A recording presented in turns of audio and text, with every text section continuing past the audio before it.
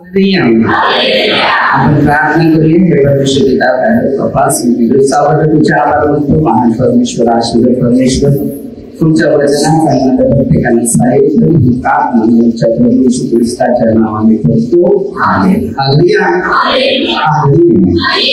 आपण दोष नेहमी थोडी एकमेकाचे काढत असतो आणि एक स्वभाव चाललेला आहे. तर वचनाने आपल्याला तो स्वभाव चेंज करण्याचं पवित्र शास्त्र आपल्याला शिकवतो. आणि येशू ख्रिस्ताच्या द्वारे मते 6 वचन असं दिलेलं आहे. त्याच्यानंतर रोमकरासमध्ये 2 अध्यायामध्ये 1 पासून आपण 29 वचनापर्यंत आपण एक वचन असं घेणार आहे. त्याच्यातून सुरुवात करूया की आपण दुसऱ्यांना कसं समजावं किंवा समजून घ्यावं किंवा बोलण्यात वागण्यात परिस्थितीमध्ये कसं चालावं या विषयावर हे शिक्षण आहे.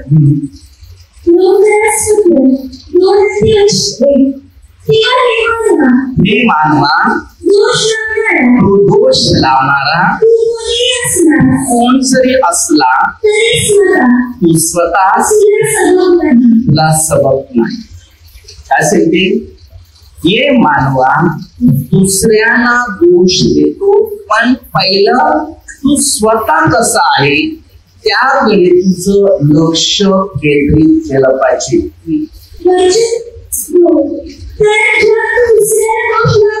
ज्या तू दुसऱ्याला दोष लावतो कसे ते त्या तू स्वतःला दोषी ठरवतो. म्हणजे तुम्ही दुसऱ्याची निंदा नफरत सेवा करता, पण त्याचा परिणाम काय आहे? स्वतःसाठी ते बनवलेलं आहे. आपल्या प्रत्येकामध्ये देवाने शिकवलेल्या मार्गानुसार आणि नियमानुसार आणि वचनानुसार जो व्यक्ती प्रवास करतो किंवा चालतो किंवा वागतो तो त्याला परमेश्वरापासून मोठ्या प्रमाणामध्ये आशीर्वाद मिळायला सुरुवात होते. परमेश्वराच्या वचनानुसार नाही, नियमानुसार नाही तर त्याला अनेक प्रकारच्या समस्या दुःख निराशा निर्माण होतात.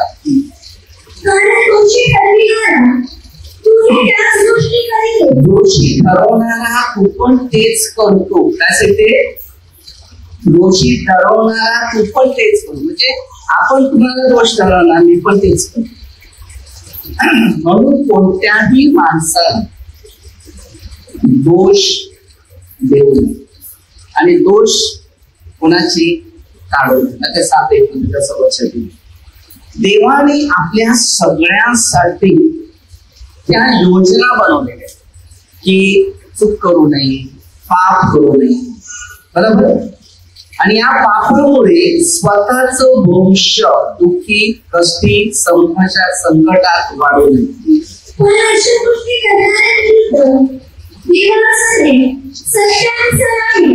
असे करणाऱ्या नियमानुसार देवाचा न्याय सत्यानुसार आहे. आता देवाचा न्याय सत्य आहे.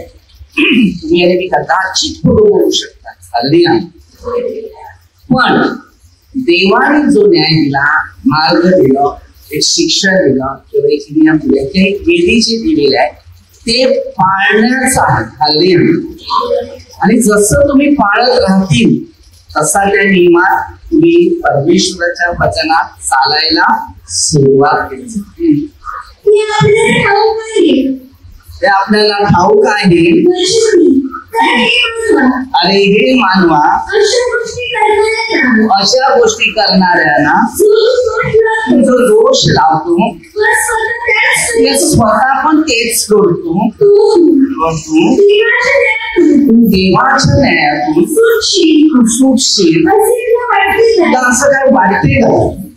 त्यासाठी मुलांनी पत्रात आपल्याला स्पष्ट भाषांतर दिलेलं आहे. तुला काय वाटते? असा विषय तुला वाटते का? किंवा देवाची ममता पश्चातापाकडे नेणारे आहे हे न समजून त्याची ममता व क्षमा व सहनशीलता याच्या विफलतेचा अनादर करतोस काय? असेल ते आपल्याला वाटते की देव मला क्षमा करेल, वाटते 6-14-15 दिली नाही, तू त्याला क्षमा केली नाही तर मी पण तुला क्षमा करणार, असं वचन किंवा एक शिक्षण आहे. आणि या वचनात आणि शिक्षणामध्ये तुम्हाला अनुभव घ्यायचा आहे, मार्ग घ्यायचा आहे, शिक्षण घ्यायचं आहे, नियम पण घ्यायचे.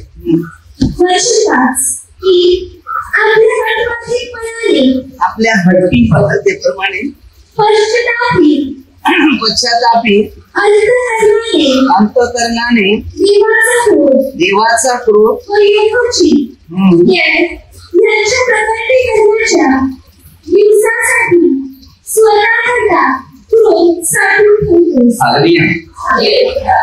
आम्ही जीवनामध्ये फक्त देवाचे क्रोध साठवून ठेवलेले आहेत, देवाचा आशीर्वाद साठवून ठेवलेला आहे. प्रत्येक माणसाची विचारधारा हेच आहे, अरे क्रोध साठवण्यापेक्षा आशीर्वाद साठवून ठेवा. तो मिळायला लागला तर मिळतच जाईल, मिळतच जाईल, मिळतच जाईल, मिळतच जाईल. आपले जीवन कुठे आहे? हालेलुया. आपण कधी कधी बघतो की घरात गेस नाही, अपेस आहे. नाही, घरामध्ये नाही, आपल्यामध्ये अपेस आहे. बरेच लोक मला येऊन सांगतात आमच्या घरात काहीतरी आहे, मी घरामध्ये गेलं काहीतरी गडबड आहे. तुम्ही सगळे घरामध्ये आणून ठेवले, ते गडबड नाही, ते बडबड होणार नाही का? शुद्धता सतावणार नाही का तुम्हाला? घरात काही आहे, घरात काही नाही, आपल्या हृदयाच्या घरामध्ये. कारण आम्ही हृदयात देवाला आपल्या जीवनामध्ये ठेवलेलं नाही, म्हणून आम्ही सुखी नाही, आम्ही दुःखीच आहे. ज्या जवळ ख्रिस्त आहे तो मनुष्य आनंदी. पहिलं शिक्षण घ्या की माझ्या जोडीला येशू प्रभू आहे काय. आता जर मी प्रभूला ठेवलं नसतं तर प्रार्थना शिकले ठेवलं नसतं, आणि माझा जर स्वतःचा स्वार्थ असता इकडे काहीतरी तर माझं जीवन शून्य आहे. स्वार्थ नाही ठेवायचं, देवामध्ये स्वार्थ लागत नाही. निस्वार्थी जीवन देवाला आवडते, स्वार्थी जीवन देवाला आवडत नाही. तो प्रत्येकानं बघा ज्याच्या आणि त्याच्या त्या कृतीप्रमाणे फळ देईल. काय देणार? आंबे, चिकू, ऍपल, सफरचंद, काय काय पाहिजे? फळं पाहिजेत की नाही? मोसंबी, संत्री, मंत्री सगळं नाही का? सगळे असतात. अरे कर्म केले तर भोगाला काय मुश्किल आहे? चांगलं केले तर फायदाच असतो. देवा जोडीला राहिल्यावर मनुष्य आनंदित असतो, चिंतात नसते, टेन्शन मध्ये नसते, अस्वस्थ नसते, त्याला काही गोष्टीची कमी नसते. देव देतो. त्याने चिंता घेतली होते. पहिल्या पत्र 5-7 सर्व चिंता त्याच्यावर था. हे देवाचे सेवक होते आणि पत्र लिहिण्याच्या पत्रामध्ये आपल्याला या गोष्टी बोलतो. सर्व चिंता त्याच्यावर. छोटी मुलं कोणाला गोष्टी चिंता असतात का? त्यांना चिंता नाही. ते रडायला लागले त्याने विचार भाऊ काय पाहिजे, हा मग ते पोचवायचं, कारण त्याचं पहिलं अलाराम तेच वाजतं. मग त्याने रडायला सुरू केलं का आपल्यामध्ये प्रीती द्यायला सुरुवात. पण मोठं झाल्यानंतर माणसं रडवायला सुरुवात करतात, पण प्रीती द्यायला कमी करतात. एकमेकाची निंदा, एकमेकाचा द्वेष, एकमेकाचा. ते लहानपणापासून जे प्रेम दिलेलं आहे तसंच मोठे होईपर्यंत तेच प्रेमात राहिले की सगळं कुटुंब शांतीत राहिले. शिक्षण आणि ट्रेनिंग त्यावेळेला देव इथे त्या मुलामधून प्रेम करायला शिकतो. मग तो रडतो तेव्हा मग एकदा तो आपण त्याला शांत करतो, खायला देतो. तसंच मोठे मोठे होईपर्यंत सगळ्यांसाठी हेच की तिथे शिक्षण असं दिले की गरीब गरजवंत आहे, दुखी आहे, त्याच्याकडे काय नाही त्याला द्यायचं. कारण पोरगा त्या वेळेला कमावत नाही तर पोरगा कुठला आणू शकत नाही, पोरगा कुठे जाता येत नाही. तसं एक आजारी मनुष्य असू दे, ती गरीब मनुष्य असू दे, त्याची परिस्थितीच तशी आहे, मग त्याच्या व्यक्तीसाठी आपण लोकांनी मदतीचं चिन्ह बनवायचं. तेव्हा आपण आनंदी असणार, अस्थिर असणार. तेव्हा आपल्याला सगळं हे धन पैसा आपल्या ऐशारामाचा आहे, त्याला फायदा नाही, त्याला शांती नाही ना, त्याला आनंद. जो देवाच्या वचनात आहे, त्याच्या शिक्षणात आहे, त्याच्या नियमात आहे, त्याच्या मार्गात आहे, तर देव आपल्याला सर्व प्रश्नाचं उत्तर टप्प्याटप्प्यात देणार. म्हणून पहिलं शिका आणि शिक्षण घेतल्यावर त्याचा जो अनुभव आहे तो मिळवण्यासाठी चला. म्हणजे तुमच्यामध्ये एक पवित्र आत्म्याचा पूर्ण अनुभव प्राप्त केला जाईल.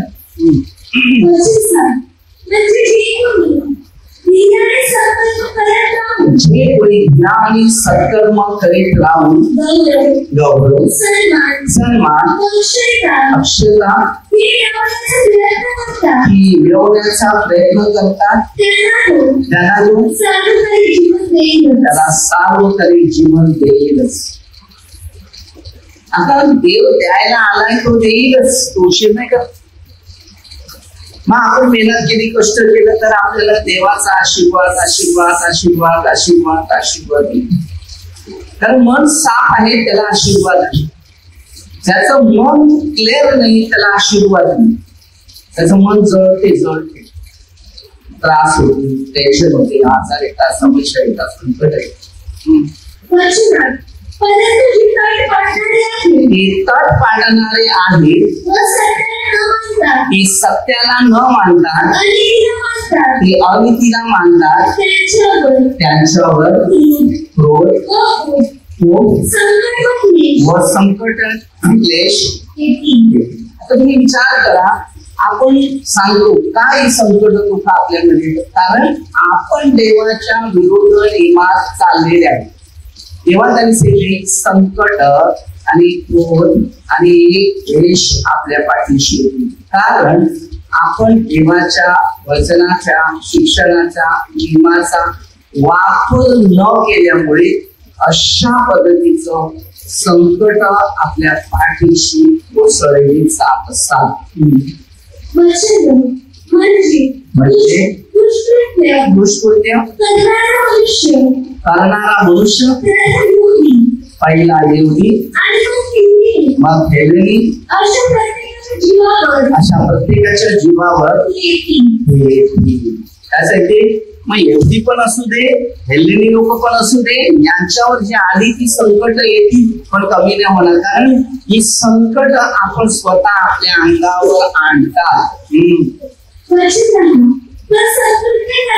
सत्कृत्य करणारा प्रत्येक पहिला येऊदी मग हेलेनी, त्याला गौरव व सन्मान व शांती.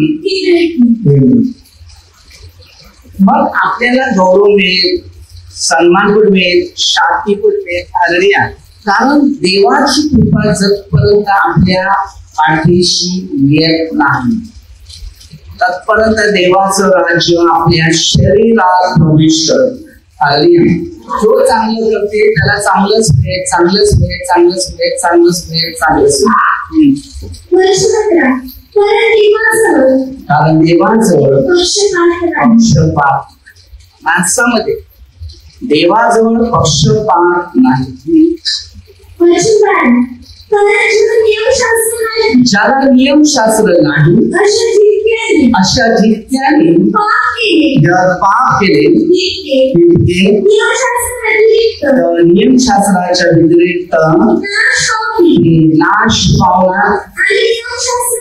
नियमशास्त्र असून जितक्याने पाप केले तितक्यांचा न्याय नियमशास्त्रानुसार. आता आम्ही आहे, आता आमच्यातून पाप झाले तर हे शास्त्रच आमचा न्याय केलं. आपल्या सगळ्यांचे न्याय, आपल्या विचाराचे न्याय, शरीराच्या संपूर्ण अवयवाचा न्याय होईल. मग तेव्हा आपल्या सगळ्यांना कळून पश्चाताप केलाय, पाप कबूल झाले, सुटलं, त्याला पाप नाही, ते तुमचं पाप दूर केलं. तर तुम्ही पश्चाताप केलं आणि पाप पूर्ण कबूल केलं, त्याच्यातून तुम्ही पूर्ण झाले, अपूर्ण नाही झाले. आणि तिकडे आपण विरोध जातो देवाच्या, तिथेच नुकसानात पडतो. कारण नियमशास्त्र हे श्रवण करणारे हे देवाच्या दृष्टीने हे नीतिमान आहे असे नाही, तर ते नियमशास्त्राप्रमाणे ते आचरण करणारे ते नीतिमान ठरवण्यात येतात. जेच आचरण आहे देवाबाबतीत तेव्हा ते नीतिमान. कारण नीतिमान काय करतो, नीतीच्या गोष्टी करायला सुरुवात होतो, तेव्हा तो देवाच्या वचनाने शिक्षणाने पवित्र आत्म्याने व परिपूर्ण होऊन पवित्र राज्यात प्रवेश करतो. ज्याला नियमशास्त्र नाही असे परराष्ट्रीय जे नियमशास्त्र जे आहे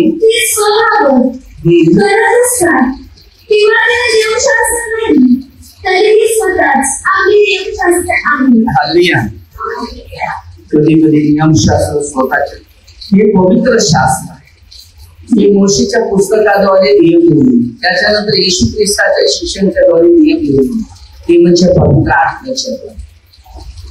मोशेला पण पवित्र आत्मा मिळाला तेव्हा पवित्र आत्म्याच्या द्वारे 10 करण्याची नियम लिहिले. हे मोशेच्या आणि येशूच्या बाबतीत तेच होते. जे येशूने केलेलं होतं, जे मोशेने केलेलं होतं ते येशूने केलं, हेच गोष्टी आहे. पण येशू पुनरुत्थित झाला. हालेलुया. मोशे फारोच्या गुलामगिरीमध्ये मूर्ती पूजा करणाऱ्या लोकांना बाहेर काढत होते, परंतु ते जिवंत देवाची भक्ती करायला विसरले, उतरून परत ते अडून आपल्या वाईट मार्गाने जे परमेश्वराच्या बाजूने होते ते पुढे. तर त्या टायमाला येशू ख्रिस्ताच्या बाबतीत जे होते ते तसं त्या पवित्र आत्म्याच्या द्वारे पुढे गेले. ते येशू ख्रिस्ताच्या द्वारे पवित्र आत्मा आला, त्याच आत्म्याद्वारे शिष्य 12 प्रेषित बनवले, जगाला संपूर्ण परमेश्वराची इतिहास माहिती दिली आणि तो शिकवत आहे. आपल्याला पवित्र आत्मा हवा आहे आणि जर वो आत्मा नसेल तर पवित्र आत्म्याचं सामर्थ्य प्राप्त होणार नाही. कुणाचे डोळे सुकल्यासारखे आपलं जीवन देवाच्या पवित्र आत्मा सर्व प्रश्नाचे उत्तर देण्यासाठी समर्थ आहे. कुणाचे ही बाजू दुखते, पवित्र आत्मा सर्व प्रश्न तुम्हासाठी येत आहे आणि तुम्ही जर पवित्र आत्म्याद्वारे चालेल तर पवित्र आत्मा तुम्हाला मार्गदर्शन माणीच्या शिरात. तर आपल्या प्रत्येकाला परमेश्वरी दिलेल्या मार्गानुसार पवित्र कार्याचा अनुभव घ्यायसाठी आपलं जीवन देवाला द्यायचं आणि देव तुम्हाला जीवन देईल. शैतान आत्मा असतो माणसामध्ये, येशू मध्ये पवित्र आत्मा कार्य करत होता, जुदास मध्ये शैतान आत्मा कार्य करतो, पेत्रामध्ये पण शैतान आत्मा कार्य करतो. तर मत्ते 26 मध्ये बघितलेलं आहे आणि मत्ते 16:23 मध्ये बघितलं. या 23व्या वचनामध्ये पेत्राविषयी लिहिलेलं आहे. तो जगाच्या गोष्टी घेऊन येशूकडे आला आणि जगाच्या गोष्टी सगळ्या सांगायला सुरुवात केली आणि सांगायला सुरुवात केली. येशूने ते मान्य केलं नाही. तुझा दृष्टिकोन माणसाचा आहे, म्हणजे तुम्ही देवाजवळ येतात ना, माणसाच्या गोष्टी एकमेकांना सांगत आहे ना, तो शैतान आहे. समजलं? त्या गोष्टीकडे लक्ष देऊ नये, तुम्ही बाजूला, कारण देवाने ते नाकारले. त्यानंतर जुदास पैशाचा लोभ होता पकडला, तो त्याच्या मागे लागला. तो दुष्ट आत्मा त्याच्यात कार्य करून शैतान बनला आणि येशूचा हात खायला घातलं तिथेच शैतान घुसला. म्हणजे तुम्ही त्याला करणी, आपण बोलतात करणी प्रयोग केली, बरोबर ना? करणी प्रयोग केल्यानंतर शरीरात ते प्रश्न येतात. ती करणी म्हणजे शैतान आत्मा घुसला, मोह त्याला बोलतात. ईश्वरीमध्ये सांगण्यापासून ती प्रार्थना शिकवली आम्हाला मोहात होईल की ज्या मोहाला की देवापेक्षा ज्या गोष्टीला जास्त इंटरेस्ट येतात तिथे शैतानाला पकड असं आहे. हे शिक्षण असं दिले मोशेला 10 दिलेले तसंच दिलं. पहिलं परमेश्वरावर प्रेम कर बस, मग दुसरी मूर्ती पूजा नाही करायची. एकच देवाला बस मूर्ती पूजा नाही करायची. आपल्या जीवनात तेच आहे. आजच्या काळामध्ये लोक मूर्ती पूजा जास्त आहे. एका देवाला सोडून दिले. एखादा माणूस सुवार्ता सांगतो ते प्रचार करतो तुझी गरज करतो चालेल तो बसा नाही दुसरा पाहिजे. दुसऱ्याकडे गेला तर तो काय वेगळं शिकून जातो काय प्रसंगीच्या पत्ता नाही त्याला सगळं पूर्ण होतं कार्य केलेलं कुठून आले कसे आले काय झालं आपली कशी गरज विसर. मग तो काय त्याच्यावर करतो माहितीये जितके पहिला आल्यानंतर दुसऱ्याकडे जातो तेव्हा तो सांगतो हे प्रार्थनेने एका दिवसामध्ये तुम्ही एवढे विचार करा एका दिवसात 2 दिवसाच्या 3 दिवसामध्ये तो साक्षी सांगतो माझ्या इकडे आल्यावर माझं सगळं बरं झालं. तू पूर्वी काय ऐकलेलो काही साक्ष असे प्रभू येशू त्यासाठी की माणसाचे साक्ष मानले करतात मला साक्ष आवडत नाही. तर काही खोट्या बोलतात काही स्वतःच सांगतात तर काहीतरी वेगळं सांगतात.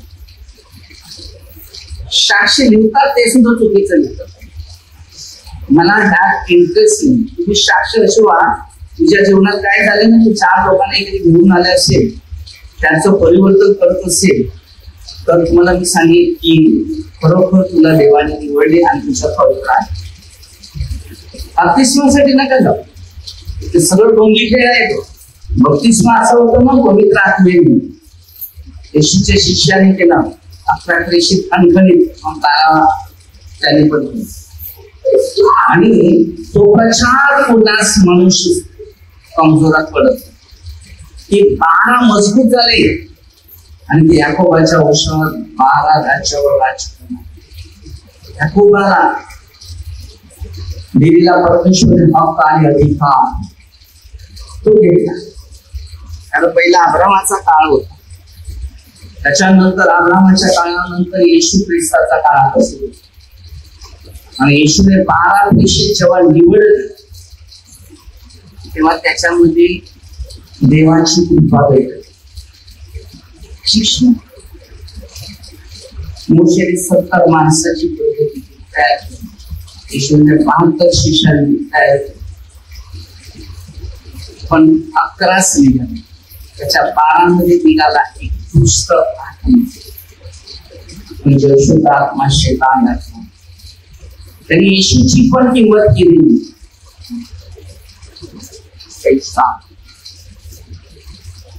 आजपर्यंत मनुष्य त्याच परिस्थितीला पैसे घ्या मिळवा गरज नाही. स्वतःसाठी काहीच ऍडजस्टमेंट करू नका. कारण जिथे तुझं धन आहे तिथे तुझं मन नाही. ही परिस्थिती नाही. देवाने दिलेली आहे धनवानाला स्वर्गाच्या राज्यात प्रवेश करणं कठीण आहे त्याला सुरू जाणं. काही शिक्षण आहे ना अनुभव घ्यायचे. पश्चाताप आपल्या स्वतःला करायचं. एक पाप खाली करायचं आणि वचनावर बरोबर ठेवायचं बाकी काय नाही. म्हणजे नियमशास्त्रातील आचार हे आपल्या अंतःकरणात लिहिलेला आहे असे दाखवतात. त्यांच्याबरोबर विवेक बुद्धी त्याला साक्ष देते आणि त्यांची एकमेकाची विषयावरची विचार ते दोष लावणारे ते दोषमुक्त करणारे असे असतात. दोष लावणारे आणि दोषमुक्त करणारे असे असतात.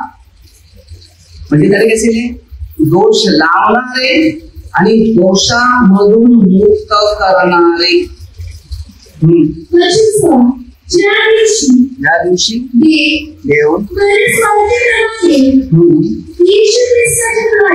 येशू ख्रिस्ताच्या द्वारे माणसाच्या गुप्त गोष्टीचा तो न्याय करेल त्या दिवशी आपल्या प्रत्येकाला देवाने दिलेल्या मार्गानुसार व त्याच्या नियमानुसार व त्याच्या शिक्षणानुसार त्याच्या गुणानुसार आपल्याला परमेश्वर मार्ग देईल, कार्य करण्याची शक्ती देईल, सामर्थ्याचा अनुभव देईल, अद्भुत गोष्टीविषयीचं मनचिंतन करण्याची शक्ती उत्पन्न करेल. आता जर स्वतःला तू योगी म्हणत आहेस, तू नियमशास्त्राचा आधार घेतोस, तू देवाविषयी अभिमान मानतोस, असे तुला त्याची इच्छा कळते, नियमशास्त्रातले शिक्षण मिळाल्यामुळे ते सर्व उत्तम ते तू पसंत करतोस आणि नियमशास्त्रात आपल्याला ज्ञानाचे ते सत्याचे स्वरूप उपलब्ध झालेले आहे. म्हणून आपण आपल्या आंधळ्याची वाटाणे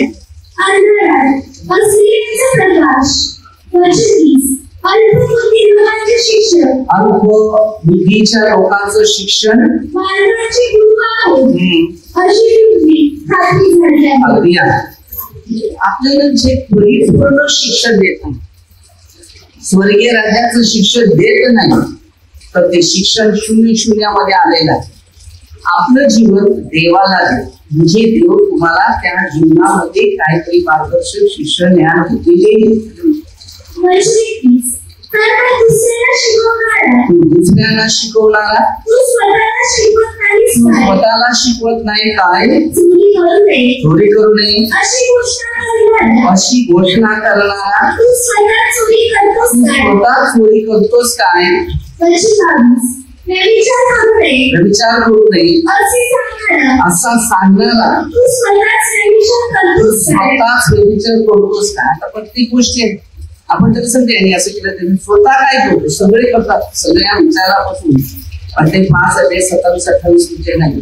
येशू ख्रिस्ताचं शिक्षण असतात त्यांनी व्यभिचाराच्या गोष्टी सगळ्या डिटेल दिली. लोक दुसऱ्याला शिकवतात, पण दुसरे तुम्ही काय कधी कोणत्या माणसाविषयी अभिमान बाळगायचं. देवाने सांगितलेलं ना, कुठल्या त्याच्यासाठी प्रार्थना करा. यात 5:16 नीती मनाची प्रार्थना प्रवृत्ती. एक मनुष्य पाप दिसते, ते पापात पडले दिसते, प्रार्थना करा, त्याची निंदा करू नका, नफरत करू नका, द्वेष करू नका. देवाला सांगा आम्ही तुमच्या नावावर एक शिक्का मिळाला की या माणसाला घेईल.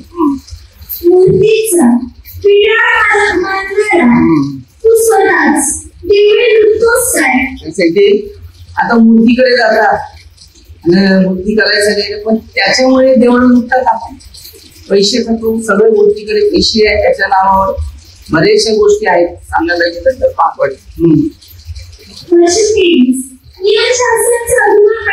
नियमशास्त्राचा अभिमान बाळगणारा तू स्वतः देवाचा अपमान करतोस काय, तुमच्यामुळे परराष्ट्रामध्ये देवाच्या नावाची निंदा होत आहे. आता आपण प्रार्थना करतो, मूर्ती पूजेला पण पैसे देतो, खर्च करतो, ते नाही करायचं. ती मूर्ती आहे, गरीबांना दे खायला, गरजवंताला दे, आजारी आहे त्यांना दे, घरात खर्च दे त्यांना दे. तेव्हा ते मूर्तीकडे का पैसा नाही प्रवेश करायचा, तो पाप आहे. म्हणजे तुम्ही कुठेतरी चुकतो.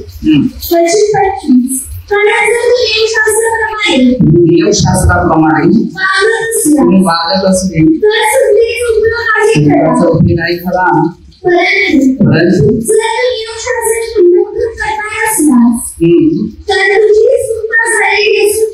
तुझी सुटका झालेली असून ती न झाल्यासारखीच आहे.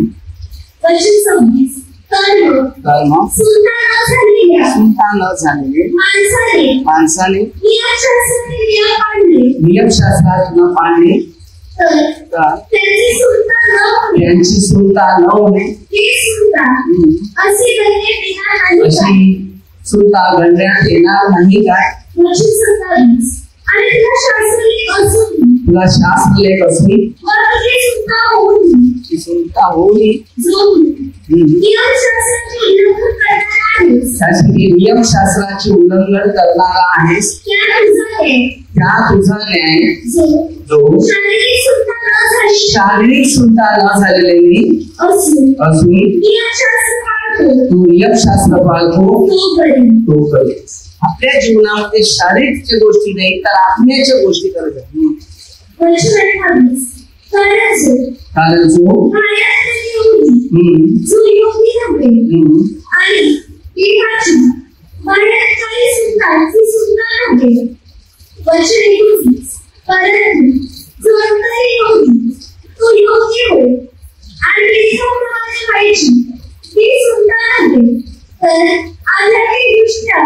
जी अंतःकरणाची व्हायची ती सुद्धा हो अशाची प्रशंसा माणसामध्ये होते तर देवामध्ये होते. त्या माणसाने सांगितलं आता ख्रिस्ती बनला आता तू ख्रिस्ती झाला हे डुप्लिकेट.